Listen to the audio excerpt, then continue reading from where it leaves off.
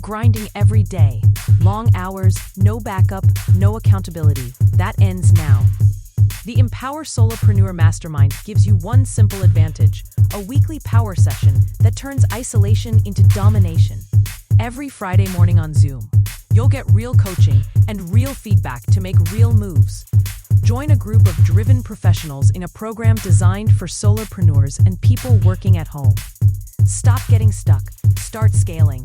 Seats are limited. Lock in yours today at modernobserver.com/empower-mastermind.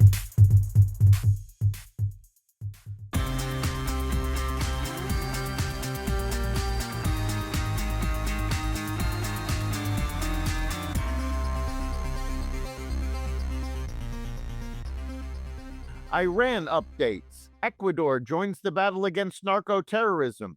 Tariffs rising, and more. Welcome to the Raw Naked Truth. I'm your host, Eric Lopkin, and here's the news you need to know.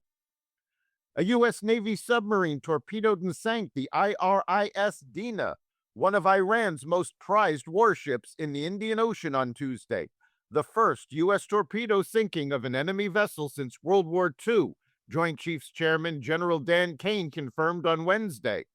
Secretary of War Pete Hegseth called it a quiet death and said the U.S. is winning Operation Epic Fury decisively, devastatingly, and without mercy. On Wednesday, thousands of Kurds crossed from Iraq and launched a ground offensive in Iran. Now in its sixth day, the joint U.S.-Israeli campaign has hit nearly 2,000 targets inside Iran. Iran's ballistic missile launches are down 86% from day one, and the U.S. expects complete control over Iranian airspace within days. 6 American service members were killed in a March 1st drone attack in Kuwait. 4 have been identified. An Iranian ballistic missile heading towards Turkish airspace was shot down by NATO air defenses in the eastern Mediterranean, Turkey's defense ministry announced on Wednesday. NATO stands firmly with all allies, including Turkey, as Iran continues its indiscriminate attacks across the region, a NATO spokeswoman said.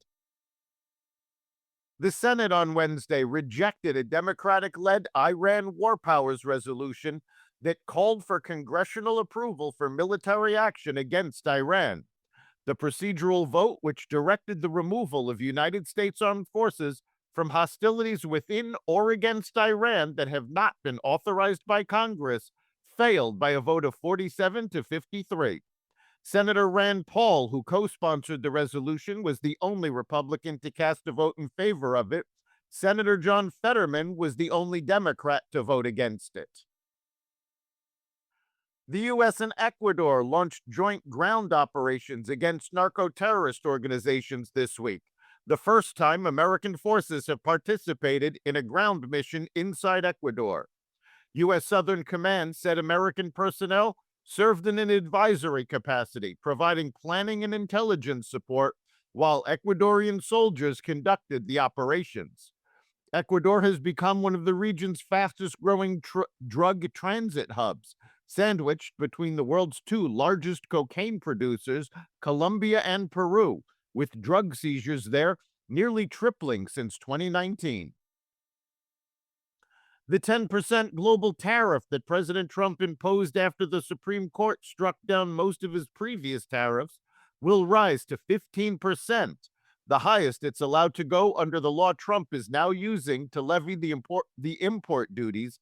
This week, Treasury Secretary Scott Bessent told CNBC. The law that authorizes the new tariffs only allows them to be in place for 150 days. Time Bessent said the government would use to reinstate the tariffs nixed by the High Court under new legal rationales. He predicted tariffs would return to earlier levels within 5 months.